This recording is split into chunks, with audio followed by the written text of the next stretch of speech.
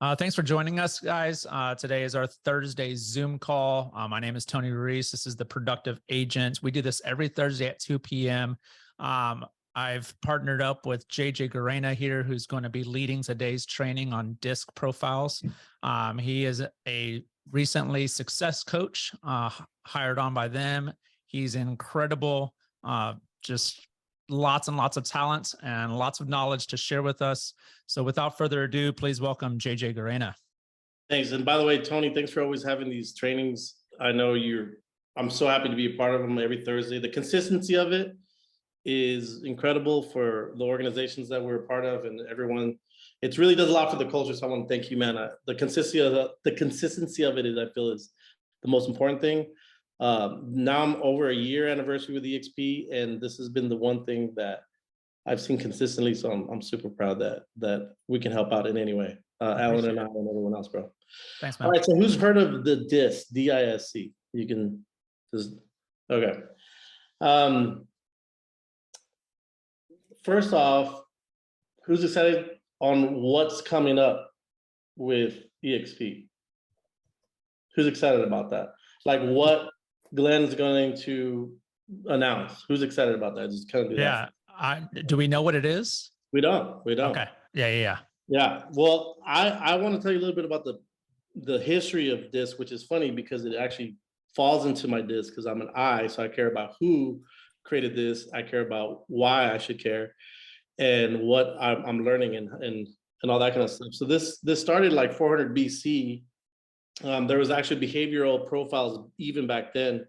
Galen in 130 AD started to actually write them down on paper. And then Carl Jung, he's in 1921, he published this book called Psychological Types, based on 4 psychological functions: thinking, feeling, sensation, and intuition.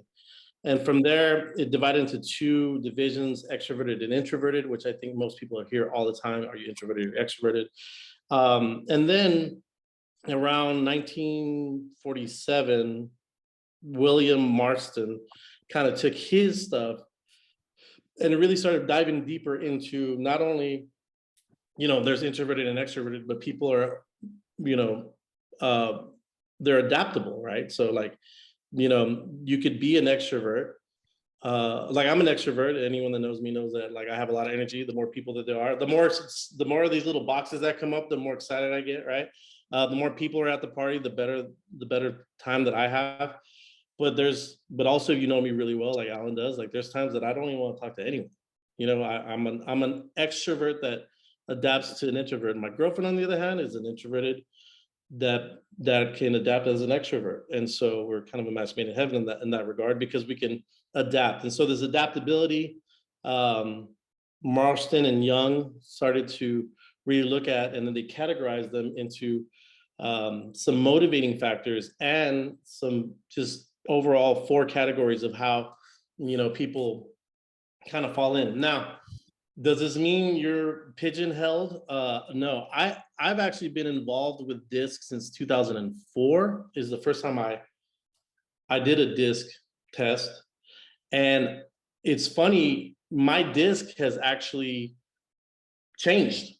It's almost completely it's not a complete change, but it's completely changed what the numbers were. I was a 99I and a 99D when I was in my early 20s.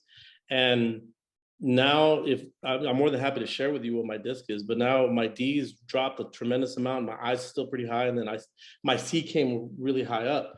And I think it's because, in that time of my life, I probably had a lot to prove or a chip on my shoulder or whatever. So once I got a lot of accolades in this industry, it seems like the D went away, but I still love people. So the I was still there. And then the Y started to emerge, I guess, out of the woodwork. So that's kind of interesting. So if you hear something or feel like pigeon-held or judged in any way, just know that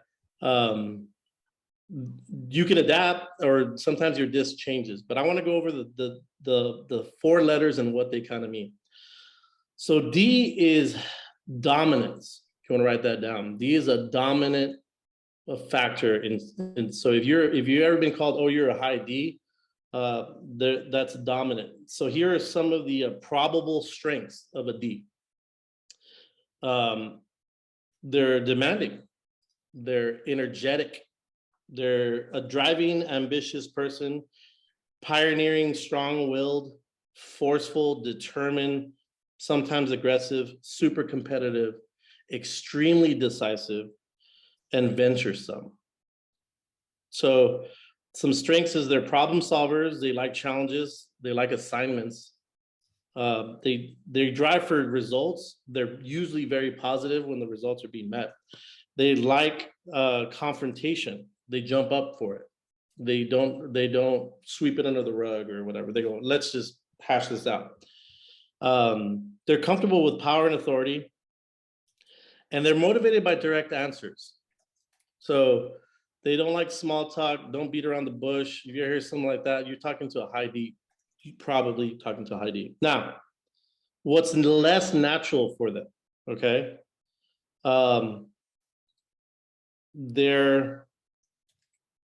what's not natural is being conservative, having calculating, cooperative work.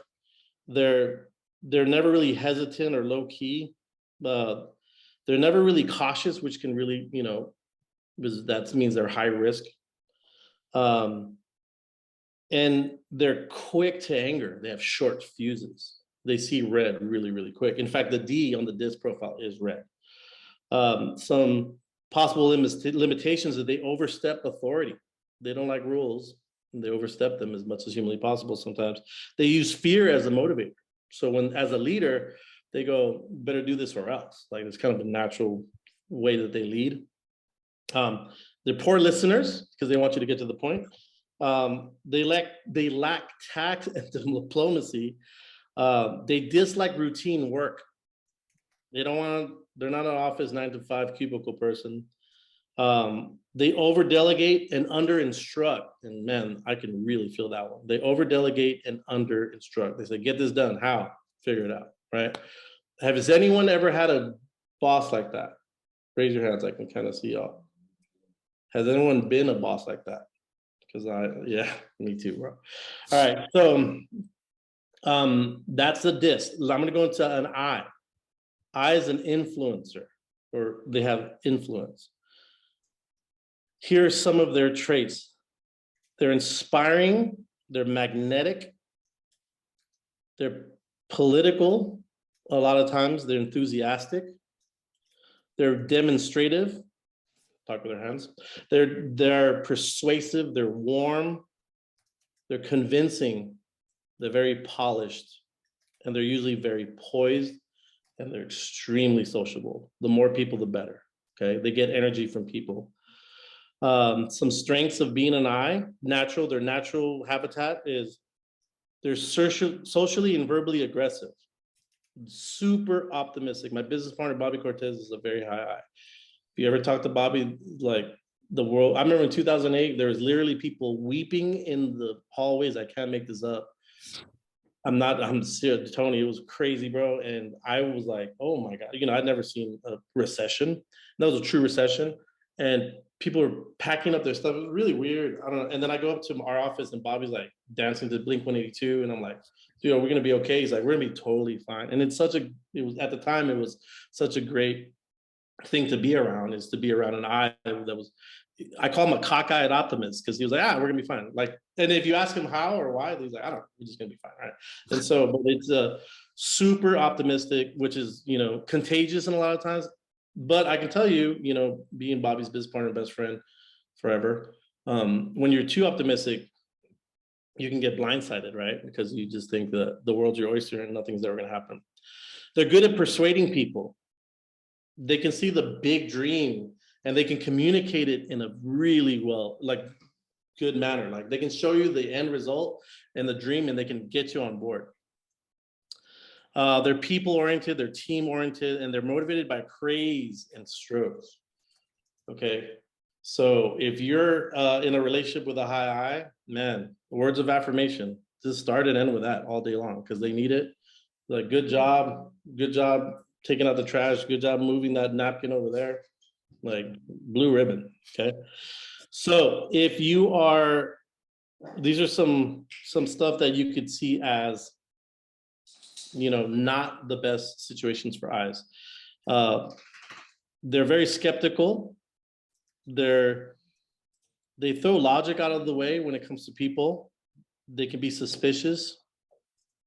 They can be pessimistic and moody if you get them in the wrong state, and critical if you approach them in the wrong way.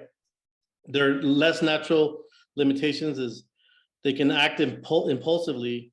They use their heart over their mind. They're unrealistic in appraising people. So if you talk to an I and say, hey, what's his name is not working well, he's like, but he's cool as hell, so we should keep him on, right? Because he's cool and I like him because I know people, right? So they have an unrealistic approach in appraising people's value in their lives. They're inattentive to detail. Their paperwork, I don't even let Bobby touch contracts because he will get us sued. And they're situational listeners, meaning like if it's situationally, like if they're into the subject, they're all over it. If they're not, they just go away. And they're super disorganized. Who has worked with someone like this? Who is someone like this? Okay. So let me tell you, the D, there's 80% of the population is D. 33% of the population is I. And this matters later when we talk about how to use this knowledge with your clients. Now we're going to go to S. S is steadiness. Steadiness. So the non-emotional character in all the stuff. Okay. They're relaxed almost in every situation. They're resistant to change. So if you are ever in business with an S, tell them, hey, we're going to move companies. And then even if you mean it's in 2025, because that's when they'll be ready for it. Okay. Or if you're trying to recruit an S, think about that as well, by the way. Okay. They're passive. They're patient. They're very predictable. You can find them at the same place at the same time every single day. They're consistent. They deliberate. They're steady and stable. Some stuff that's really good about an S, a steadiness person, is they're loyal to those they identify with. Once they're under your flag, they are yours forever. They're good listeners. They're patient and enthusiastic, incredible leaders in that regard. They like to have team environments. They don't like to work alone necessarily. They're people. They have long service is deemed important. So how long you've been with the company means more to them than what your company's about. They're oriented towards family activities usually, and they're motivated towards traditional procedures. If it ain't broke, don't fix it. Okay. What is some of the flaws that you can come up to see with S's? They tend not to be very mobile when it comes to careers. They act restless sometimes. Their alertness can go away very quickly. They're impatient if they are in a pressure-oriented situation. They're eager and flexible and impulsive when you put too much strain on them. And it creates them to be hypertense. And some unnatural adaptations to an S is they tend to get in a rut really easy, and they need to get pulled out of that rut, by the way. They maintain the status quo, and they're flying under the radar, and it's really hard to fire them because I've tried it. It's really super, super hard. They resist change. They hold grudges. They lack projected sense of urgency, and a lot of times when they're given big tasks. They're slow to act without precedent. Again, they hesitate to move, and they rather than delegate, they try to take it all on themselves, which is very, very, what's the word? Paralyzing. Who's worked with an S? Who is an S? Maybe. I see you, Christina. I see you, girl. All right, number 4, compliance, the C.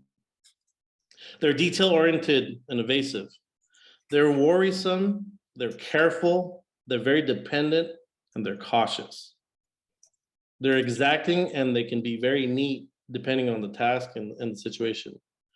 They're systematic, diplomatic, accurate, and tactful.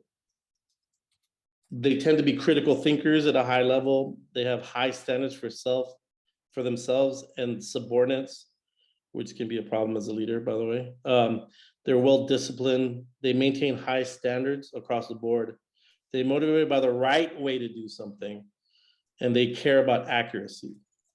That's what they care about the most. And where they can have some flaws or some perceived flaws of a C is that they might be too firm, hard to move. They might be too independent and self-willed, or they could be called stubborn. They can also become obstinate if they're in the wrong environment. They can be looked as too opinionated, self-righteous. They can spend time on arbitrary things, and they're unbending when they do it. And in the wrong environment, they can actually throw away detail for other details that are less important. And when they're less natural, they tend to lean on supervisors. They hesitate to act without precedent. They're bound by procedures and methods. They will not risk stating new ideas without qualifying statements that they believe in. They don't verbalize their feelings till it's way too late. And they may do the work themselves and not delegate. And they yield position to avoid controversy. So these are the C's of the world. And by the way, this is 18%. Steadiness, the S's were 31%. Okay. So who cares? Right? So, right? It's like, who cares, JJ? That's all really, really fun and dandy. Like, who cares? The best way I can tell you how this has helped me in my business in real estate, because it's helping me way more as a coach and it's helping me way more as a leader. But as an individual agent, which I think I'm talking to the masses here today, and one of my clients that I coach, which is an icon, Natalie Salas, is probably better than this at this than me, but we close with the DISC.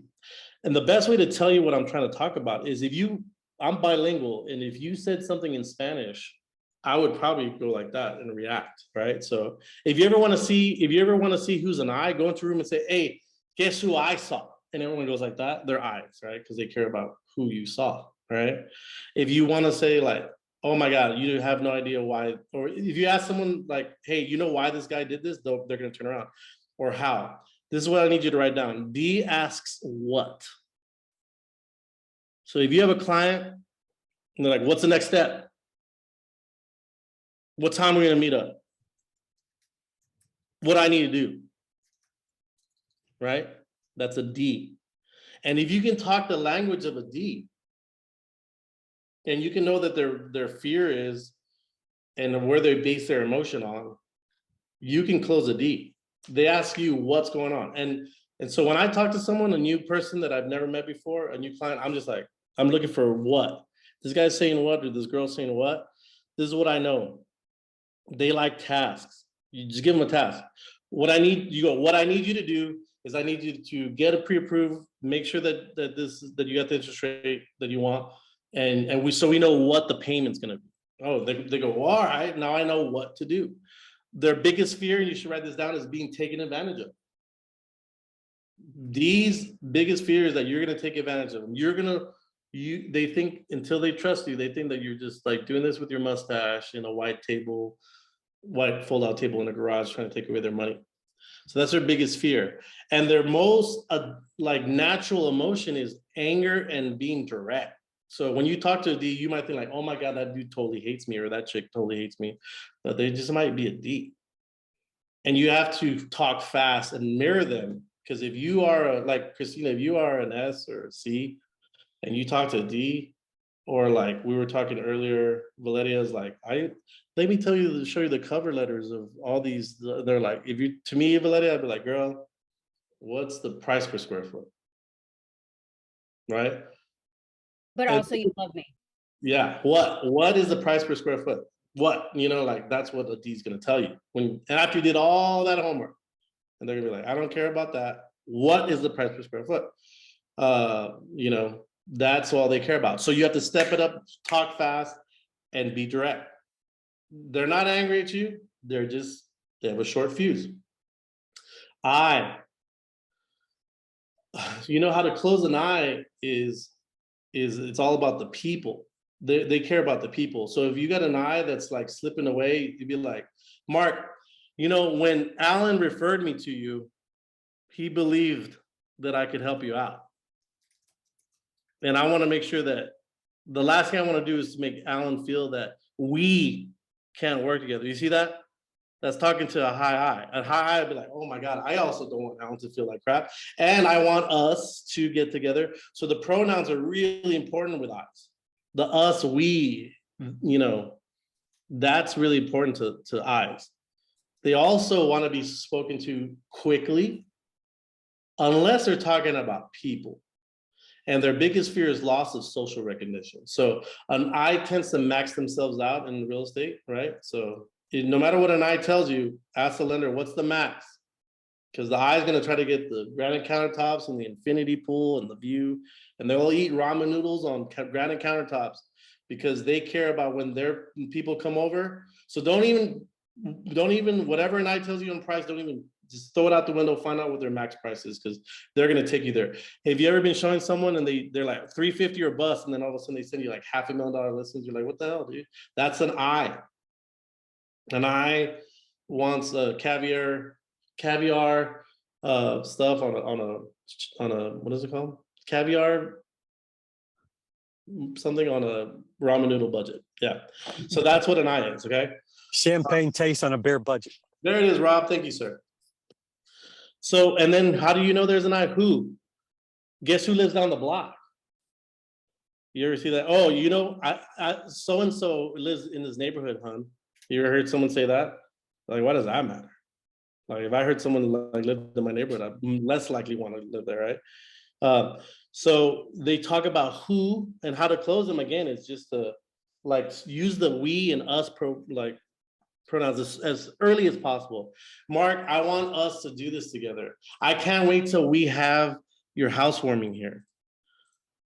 Do you see what I'm saying? You will capture their attention. You will be speaking their language if you're talking about people, right? You'll be speaking their language. Okay, so that's how to close an eye. Know that the loss of social recognition is their biggest fear.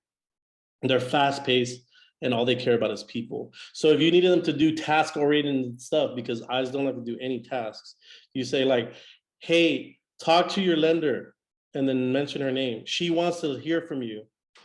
She needs you to call her. Okay, cool. That's how you get an eye to like do their pre-approval. Like, does that make sense? Because eyes won't do it. They'll just be like, no, I'm approved. I think, whatever. Let's go. Optimistic. Let's run. Right. All right. S.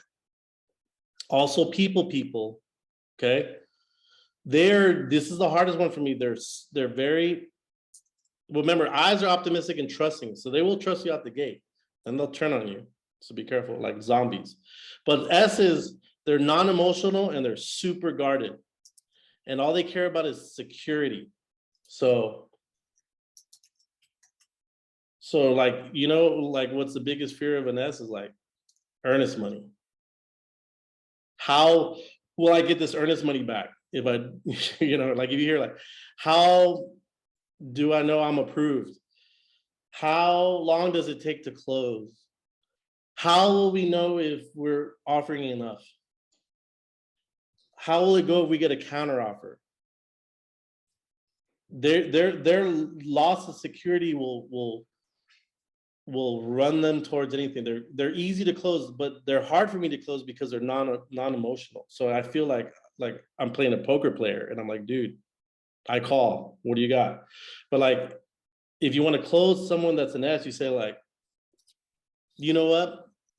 This is how I close this is, look, let's secure the house with an option period that costs you $10 a day. And that way we have it, it's our house. And then we can make a decision later on if we want it or not. Does that make sense?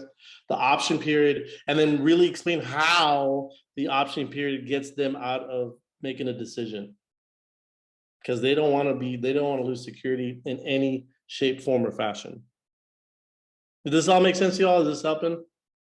How we're using this? Okay. Whoever likes the how is yes. Okay. C. They're task oriented again. Their fear is making mistakes. Okay. So they don't want to make a mistake. So they'll ask you, like a C tends to be like an engineer type, will be like, okay, I don't want to pick the wrong house. Right? Why do you love this neighborhood so much? Why do you feel that these numbers are accurate? Why can't we open up the search? Right? They don't want to make mistakes. Do you think that they think the grass is greener? And they can be really frustrating clients, especially on the listing side, because there's no, when you're pricing a house, it's horseshoes and grenades, and they don't like to live in those horseshoes and grenades. Like when you give them a price per square foot and there's a variance, a C will freak out and be like, what is it? Is it 125 a foot? Is it 185 a foot? Like, dude, like I would almost make a C get an appraisal. Does that make sense? So that because they don't want to make a mistake and price it too low. And so that way, I wouldn't ask I to do an appraisal, because it'd be like, who's cares, right? Like, who's the appraiser? Unless the appraiser is like a celebrity, the I's not gonna care. The S and the C's will want to, especially the C, man. Whenever I get into a battle, not a battle, but a confrontation with a C in a listing side, I go, look, sir, man, look, I have these numbers. This is why I think we should bring in a neutral third-party professional. This is why, right? And that, because they don't want to make a mistake. They want to make sure that they price their house correctly, they get the most amount of money humanly possible. And so that's how a Y is. They don't want to make a mistake. And if you know that that's their fear, then don't ever even slightly remotely tell them about muddying up rules, or they will leave you. They love rules and they follow them. Okay, so if you say like that whole thing that I told you with the yes, oh, let's get an option period going and we can figure it out later. The S would be like, wow, that is so unethical. Is it? Probably not, right? Like in the grand scheme of real estate. But don't say that to a C. A C would be like, no, what are the rules? What's the timelines like? If you don't tell or see the timelines of something, they're going to feel like you've abandoned them throughout the entire transaction. They will never refer you again. Okay? Because you also need to figure out how to get referrals from these people. I's is the triangle of trust. Mark referred me to you, and I'm so happy to tell Mark the exciting news that we finally got your property. These are like, dude, this is what's going to happen from here on out. I'm going to stay in contact with you. We're going to be friends. S is like, this is how you're going to make money over time. Send them videos about appreciation and all that kind of stuff. And C's like, just keep them informed. If they have to call you, you're in trouble. You're in big, big, big trouble. Now, I can go in a lot deeper. Who has a team or runs with other agents? Anyone? Okay, because this is way more profound when it comes to leadership in organizations, because you can imagine knowing these fears and how people are like, knowing that a D they seem like they're angry and they're direct, but they're not, is really important when you're hanging out with Ds or trying to lead Ds. Knowing that I's are too trusting, like in your organization, if you don't pay enough attention to an I, they might talk to someone at ABC Realty that is like the worst real estate company of all time, but they just really connected with what's her name, and then they'll leave, right? Like, and I'm like, girl, who cares? Like, it's just, she's so sweet. Have you ever heard that? I'm like, okay, what does that have to do with your business, right? S's, they're guarded, but once they're under your flag, like they need to be inclusive. They want to be part of something bigger. And C's want there to be protocols, like, when do we meet? Like, why am I in your organization? Why am I going to give you 16 grand? Right? So these are really important when it comes to recruiting people, retaining people, leading people. And overall, with all of my relationships, if anyone knows me, like I know who you are the moment that I meet you. And then I try to go around that to motivate people to talk their language. Because if you talk their language, then they're going to listen to you and they're going to feel way more comfortable, and you're going to be able to get them where you need to get them. It's not about manipulation. It's not about manipulation. It's about acceptance and knowing who they are. Okay, if that makes sense. Now, questions before I go into motivators. Anything about the disc or how I use it before I go into like the motivators that exist amongst all of us? Anything at all? How to use it with clients? How to use it with recruiting? Any questions you guys got? No? I have a question. I Yeah, have a question. It's Mark. Hey, Mark. I look terrible in this thing. So, Hi. by the way, I just got an offer on my house. We just went under contract. The one that's been under, Yeah. Congratulations. Nice. the one that we talk every time we have happy hour. So, and you may have just said this because I had to step away, but Okay. I took the disc test when I was with Keller Williams. Oh yeah. The person that certified it, that like determined whether it was accurate or not. It was weird. Can you be a mix of all these things? Because I seem to go from quadrant to quad, like I seem to go from different places. Tell me more about that. So some people that know me, like a lot of people on this call from like my Ronald Reagan days, would say I'm a high D. And then when I was like in the fine arts department, like managing teachers, then I was more of a, I forgot what it was, but it wasn't a D. So, I mean, can you play different? Can your personality adapt to whatever you're? Absolutely. And so that's why it went from introvert to extrovert to 4 personality profiles, and then the adaptability of each one. And you can see when you take a real, not the free disc thing online that you can find on like Tony Robbins' website, when you take the more extensive disc test, it'll show you who you are naturally and who you are unnaturally, meaning how you can adapt. But I can just tell you, Mark, if you guys, this is really interesting. Mark said, the person that broke it down with me, right? And the teachers that knew me, and then the admin that was he asking what, who, how, or why? Who? Who? Mark, you just said who 5 times in one sentence or one So paragraph.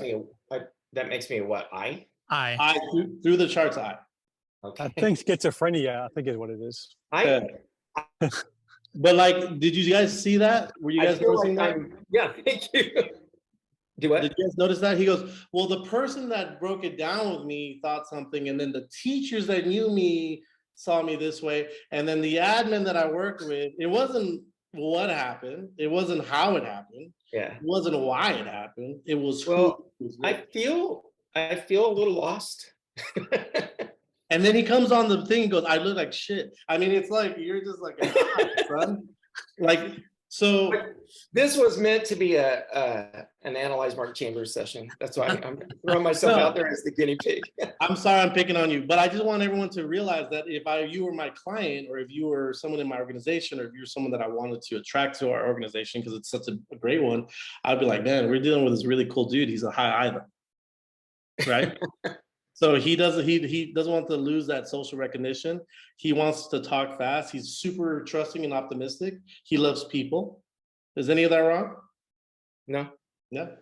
So and it's how you talked about it. It was like, I was like, wow, and because it's gonna be yes, you're probably a smorgasbord of all 4, bro, and you're probably the most adaptable person, which is all really cool. And let me tell you the difference between, we can all adapt to all of this.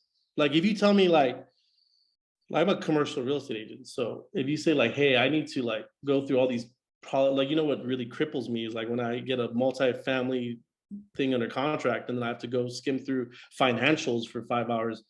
Am I going to do it for a $60,000 commission? Hell yeah. But you know what? When I'm done with it, I'm exhausted. And so when people get a role in their team organization, can they do it? Yeah. Most of us actually just go to college and then we do what we're told to do or we thought we're supposed to do. And then we're in this thing and you come home like exhausted. You know why? Because you've been adapting to a letter that you're not. Does that make sense? You can do it. We all do it. But so out of those roles, Mark, which one was your favorite? Probably the first one I mentioned. When maybe you're the most you're the most yourself, maybe. Well, no, probably my favorite was when I was at Reagan. So Val, wouldn't you call me a D back then? Maybe. I don't know. People who Well, know me. I think that you're perfect the way you are. And yeah, I think you're like a healthy balance depending on who you're around. I think I think you can read a room. Yeah, for sure. But Oh my God, let's move on. okay, I got you. I'll move on. Okay. So, but that's what you're looking for. You're looking for, did this person talk about who? Did they talk about what? Or did they talk about how? Or did they talk about why? Because it's super important for you to identify who's or how or why or what people do, because that is how you're going to talk to them. If you're able to talk to them in their language, then you're able to, again, be able to work with them through the transaction, help you close them. And I'm gonna tell you, I close, like me and Bobby will talk to agents like, oh, I showed this person 65 houses. I'm like, how did that happen? Right? Like what happened, who, what, why, where? And then we'll take it over and 3 and out. Like 3 visits, 3, showings, and we're done. And they're like, how did you do that? Or what happened? Or why? Or whatever. And we're like, this person was a C. We made them feel very comfortable. We gave them, the policies and procedures. We sent them the guidelines for FHA. Like we're good. So if you can really hone in on this, then you can work at it. You're able to use it into your advantage, especially in the residential real estate game. Okay. We don't have a lot of time, but I want to go into the motivators of people. And I think this is more to do with attraction. It does play along with some aspects of clientele, but for the most part, if you know people's motivators, then and you're able to really hone in, this is really good when it comes to attraction. So if anyone is ever thinking about attracting people, you should really know what motivates them. So the first type of motivation is theoretical motivated. They're theoretically motivated. They're people driven by opportunities to learn, acquire knowledge, and discover the truth. It's a theoretical motivating person. Their characteristics is to seek deep and a wide array of knowledge. And sometimes they just like knowledge for knowledge's sake. They're like, I just want to learn about this. They need to gather as much information as humanly possible before starting a project. They focus on information and facts rather than relying on intuition. They value ideas, concepts that can be rationally explained. And by the way, I can send these to you guys if you guys can't write this fast, okay? How they can be overextended. They can pursue knowledge or truth and become so primary that practical things don't matter. Like their home life goes to shambles, their family goes to shambles. And sometimes their money goes to shambles because they're so dedicated into learning. So they can neglect some things or ignore them. And their desire to acquire knowledge supersedes the ability or necessity to apply it. So they want to get a master's degree in something before they apply it to anything. Okay, that's theoretical motivating people. Why do you want to know this when you're trying to communicate with them long-term or attract them? Because if they're theoretical, then you need to know that you have to give them enough information before they move their business to another brokerage. Like they need to know, like, hey, I'm in the right spot. I got all the things. I've tried all the flavors, and this is the one that I want. The second one's utilitarian. These are people that are driven by practical results that maximizes both efficiency and rate, the ROI for time, energy, and resources. So this is someone like me. They attain measurable and practical results. They maximize efficiency and rewards for their investment of time, talent, energy, and resources. They're very enterprising by nature. They're sensitive to wasting of time, resources, or opportunities. So they don't want to waste any of their time or energy on anything. And how they're overextended, they're only willing to give to the opportunity if there's a return, and they can easily become workaholics. That's the bad of that. Why do you want to know if someone's utilitarian? Because you show a utilitarian, like you put a pound of effort in, you get this out. It's meaning like, the rev share model will be the best thing that they've ever seen in their life. If that makes sense. So I do this and then I get all of that. It's like game over. All right, defining motivators. The next one's aesthetic. People driven by experience, subjective viewpoints, and balance in their surroundings. The characteristics: they value, enjoy beauty, the experience, and their surroundings. They seek balance in their lives. They flourish in environments where they have the opportunity to create harmony and balance in their surroundings, including relationships. They tend to be more concerned with form over function. So you'll know someone's house you'll know someone's aesthetic if you go into their house. How they can be overextended. They may be uncomfortable with some realities of everyday life and form unrealistic viewpoints. The concern for appearance may slow progress, function, and tangible outcomes. So they can be paralyzed by like, my website's not perfect.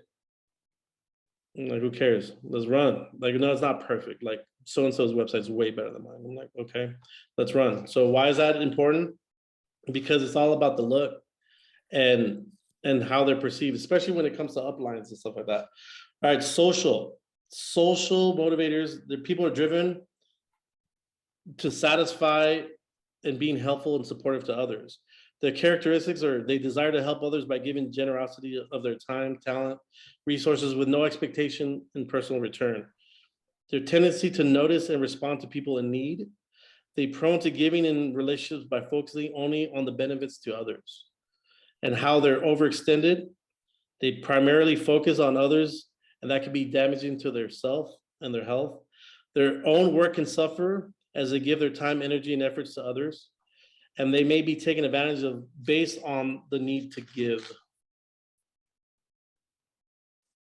The next one is individualistic motivators. They value status and public recognition. They assert control over their freedom and destiny. They're passionate about creating something that leads to an enduring legacy. How they can be overextended is their individual advancement may be more important than the people that they do it with. They might apply the end justifies the means concept way too much. They're frustrated by a lack of position or authority, real or perceived, and they're controlled by the desire to achieve recognition. Recognition is really what they care about. And the final one is traditional motivator, the traditional person. People who are driven by traditional approaches, proven methods, and divine systems for living. They're diligent when working to advance their cause, very diligent. They honor systems, structures, and traditions. They place a high value on working within defined systems. They will foster and protect their principles and beliefs to the end. And how they can be overextended is they sacrifice themselves for the organizations or interests, for the ideologies or traditions. They can be closed-minded and judgmental towards other people's viewpoints, and they over-promote their philosophies to others. So what do you guys think about those motivators, and have you come across them, especially when attracting agents, and how has that maybe stifled you a little bit? Anyone? And you went through that pretty quick, so I wasn't able to, but if you could share, that'd be great. Yeah, I'll show you all that. But what made me think about attracting people is I've had several different meetings recently, and it's just when I go through like the 3 lanes, right? I go through the 3 lanes, and this is the difference and all that. It's funny, like which lane and what topic click for people. It's like this person was jotting down a lot of notes about stock, and she was asking, can you explain that stock again? And it's just, noticing I don't know all the science behind what you're sharing with us. Sure. I'm going, okay, I know that this person, that really clicked for them, and then the other thing is like, this person really wants to focus on trainings. Can we help them elevate their business, to the next level? So, it's obviously these different personalities and different motivators, different things motivate different people. Sure. I think if they're really like interested in the stock, they probably are utilitarian, and so they like to invest, which equals value, Mm. right? And you can talk to them about not being a workaholic by running. So like you look at how they're overextended. When you talk to someone that's a utilitarian person and they go and you see them jotting down a lot of information about stocks, you can say like, hey, I don't want to work for the rest of my life. Yep. I don't want to work 80 hours a week. And when you talk to someone that has, like myself, that has actually worked 80 hours a week, not like could eat an elephant or could eat a horse, like no one's really eating an elephant or eating a horse. But if you talk to a utilitarian that really has broken their back, like 80-hour a week weeks, in real estate, they'll perk up and say, yeah, me neither. Tell me more, right? Because they're utilitarian. Mm. But yeah, that's awesome that if you can, and I'm gonna send you cheat sheets to Tony. He can send it to everyone here on the call. Yeah. But there's some cheat sheets, and when you after that first time you talk to someone, especially if you want them on your team, or you're trying to lead them or coach them like I do, you want to know how they're overextended, because you don't want to overextend them, and that's the reason that you should be in business with them, is to better their lives, right? That's the moral of the story. So I have a question about that real quick. I have Sure. somebody in mind that I've been talking to for quite a while. Yeah. And I try to talk to him. For me, it really hits home that I'm like, I don't want to sell houses until I'm 60, 70 years old. Right. Mhm. I look forward to building this rev share and stock and all that.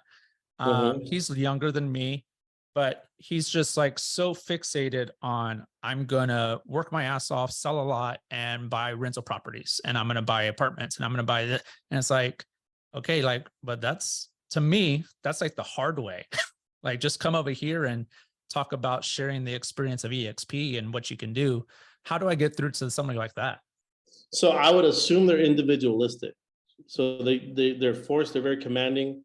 Their characteristic. They're driven by status. Because think about it.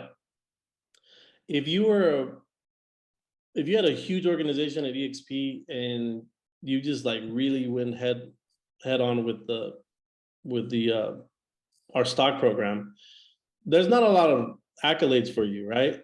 You know what I mean? You're just quietly. We know some really quiet multimillionaires in the company, right? Does that make sense? They don't have. There's no parades. There's no ticker tape parades and stuff like that. So an individualistic person that's commanding and driven by their status and their influence and their recognition, that motivating factor is like they've seen someone else do it. They've seen someone else get praised for it, right?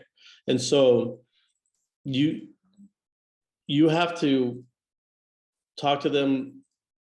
You might want to introduce them to one of these quiet giants that are in our organization. Does that make sense? That they because we do, what's the word I'm trying to say?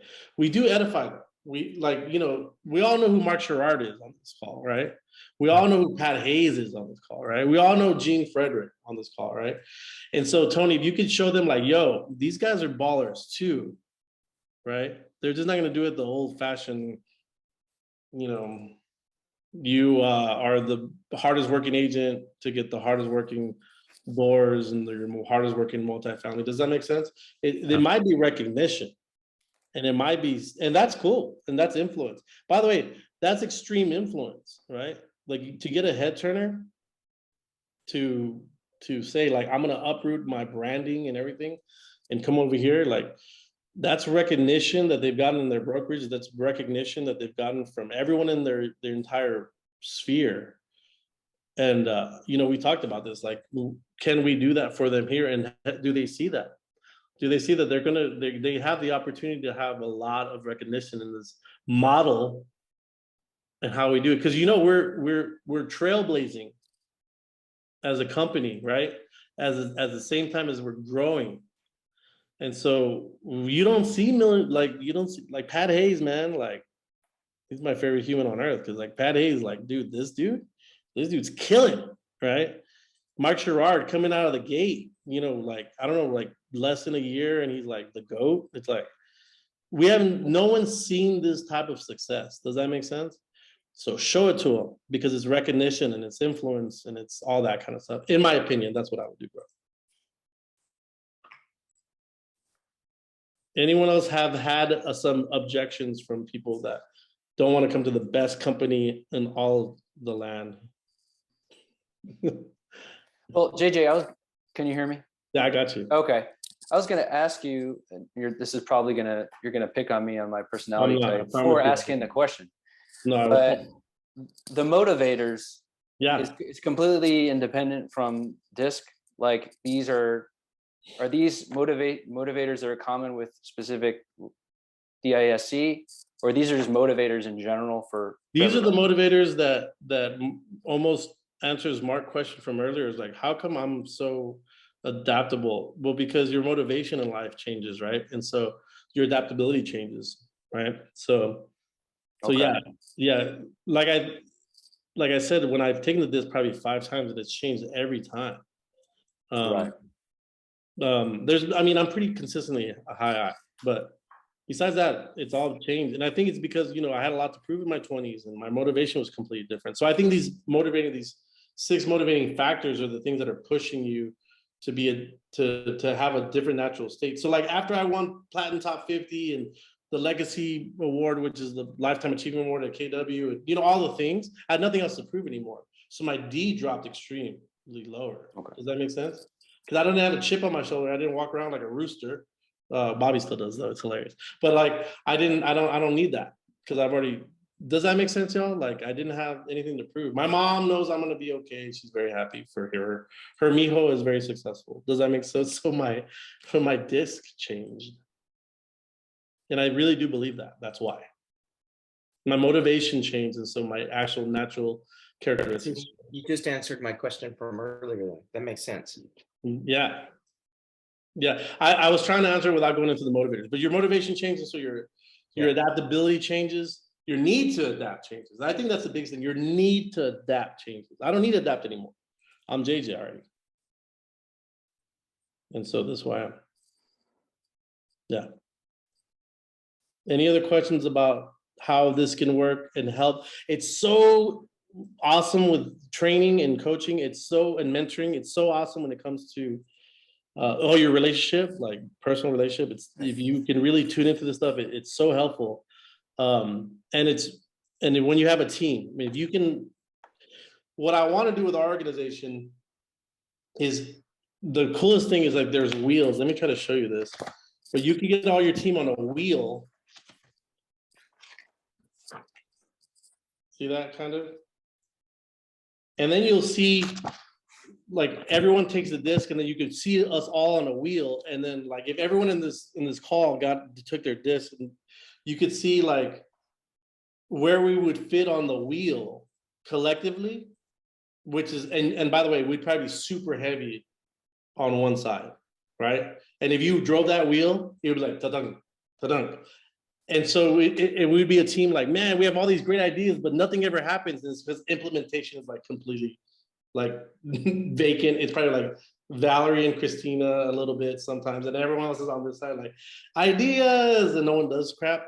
Like that's like usually the dysfunction of a team is when you can see a wheel and see how heavy it is on one side. Does that make sense? So it's really awesome to see like why isn't this thing driving how it should be driven? Well, bro, we're all on one side, right? So we're just all on one side, so that that's when the tire goes to dunk. Everyone has ideas, no one wants to implement them. Who cares about the ideas, right? So when you can really like collectively put, like especially in an organization, have all of our collective discs looked at a wheel, at a bird's eye view like this, it's like really powerful because then okay, well, a lot of things where we lack, and guess what? You know who we need to hire, right? We don't need any more eyes. Like we got plenty of eyes, right, or whatever. Like we don't need more D's. Too many. You ever hear like too many cooks in the kitchen, too many chiefs, not enough Indians, whatever. And that's why the longer that I've been in real estate, that's why I love my S's and my C's, man, because and by the way, logistics are the highest paid people on the planet. So anyone that's really in the SC category, they make more money in the long run if they can just hone in on what they're good at. Salespeople are the highest paid, like commission people on the planet, but logistical people are the highest paid companies on the planet. So when you start to look at it like that, it gets really, really interesting. But I like to make sure that we're all on time. So Do we have any other questions, anything like that? Got like a couple more minutes. Well, JJ, maybe you could talk about this too. I mean, I think Mark and I have talked about this a lot, is like, we always talk about, like, because a lot of us are teachers who became agents, and like, why are we, because we turned out to be really good agents, right? And I think the common denominator is just leadership. So I feel like, we're leaders in everything we do. It's not just attracting agents or, clients. It's like, Sure. I start doing this in every relationship I have, like my own personal relationship, my friends, coworkers. So I feel like it's really helpful in a variety of ways. But one of the things I think is super helpful right now is people that are on the sideline that don't want to take action because they think the market's bad. You know what I'm saying? These things that we talked about. So I feel like knowing these, like, especially for me, because, I'm super analytical. What is that? I'm a C or something, or I don't know. This kind of helps give me and I kind of do this stuff naturally with scripting and talking to these people, but having this is like super helpful to have those conversations to create urgency, Yeah. Talk to D's like, hey, this is what we're doing. This is what this, and we should invite way more people to these awesome trainings that Tony does, because they're so, I hope it's beneficial. I hope everyone's getting something out of this today, right?